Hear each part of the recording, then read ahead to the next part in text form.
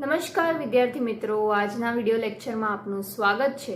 આજના આપણે પાર્ટ 2 આપણે ચેપ્ટર 2 બહુપદીઓનો પાર્ટ 2 લઈને આવી રહ્યા છે, જેમાં આપણે આજે સમજીશું બહુપદીઓના શૂન્યનો ભૌમિતિક અર્થ।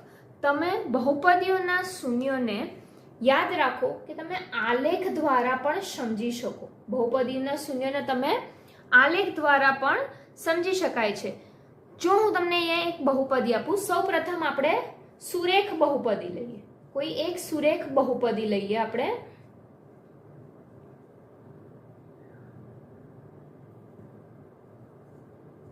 જેમ કે y બરાબર ax પ્લસ b, આ સુરેખ બહુપદી લઈએ। હવે આનો હું તમને આલેખ દોરીને બતાડું છું। આનો આલેખ કેવી રીતે થાય? આલેખ માટે આપણે સૌપ્રથમ બે અક્ષ લેવા પડે, x અક્ષ અને y અક્ષ। આ આપણો y અક્ષ છે, આ આપણો x અક્ષ છે। તો હવે આ આલેખમાં તમારે સુરેખ બહુપદી મૂકીએ તો સુરેખ બહુપદીનો આલેખ કેવો હોય? તો આપણે જાણીએ છીએ કે સુરેખ બહુપદીનો આલેખ સીધી રેખા હોય છે।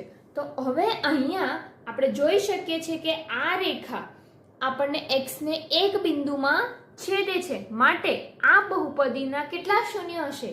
જે x ને એક બિંદુમાં છેદે છે તો બહુપદીના માત્ર એક જ શૂન્ય હશે। ચાલો આપણે દ્વિઘાત બહુપદીની વાત કરીએ।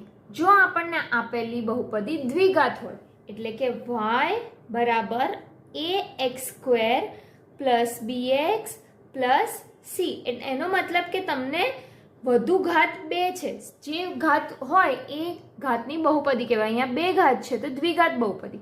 દ્વિઘાત બહુપદીનો આલેખ કેવો હશે? ચાલો આપણે દ્વિઘાત બહુપદીનો આલેખ સમજીએ।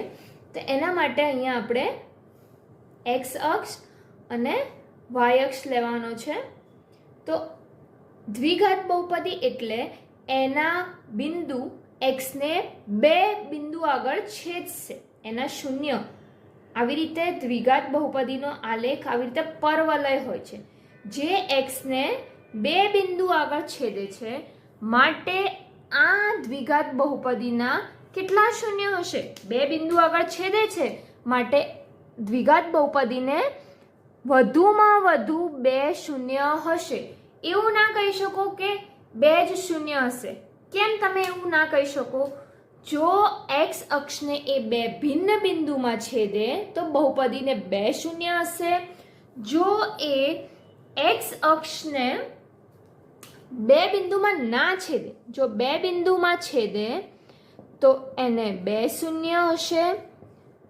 જો એ એક બિંદુને સ્પર્શે, એક બિંદુને સ્પર્શે તો એને એક શૂન્ય હશે। આલેખને એ બહુપદીનું એક શૂન્ય હશે।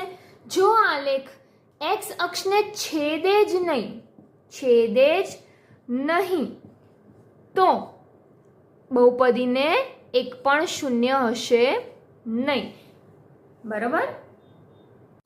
જો આવી રીતે ત્રિઘાત બહુપદી હોય, ત્રિઘાત બહુપદી હશે તો એને વધુમાં વધુ કેટલા શૂન્ય હશે? ત્રિઘાત એટલે 3, તો વધુમાં વધુ એને 3 શૂન્ય હશે। તો આપણે એનું સામાન્ય સ્વરૂપ લખવું હોય તો આપણે એવું કહી શકીએ કે જો બહુપદી p of x હોય અને એની ઘાત n હોય તો આ બહુપદીનો આલેખ x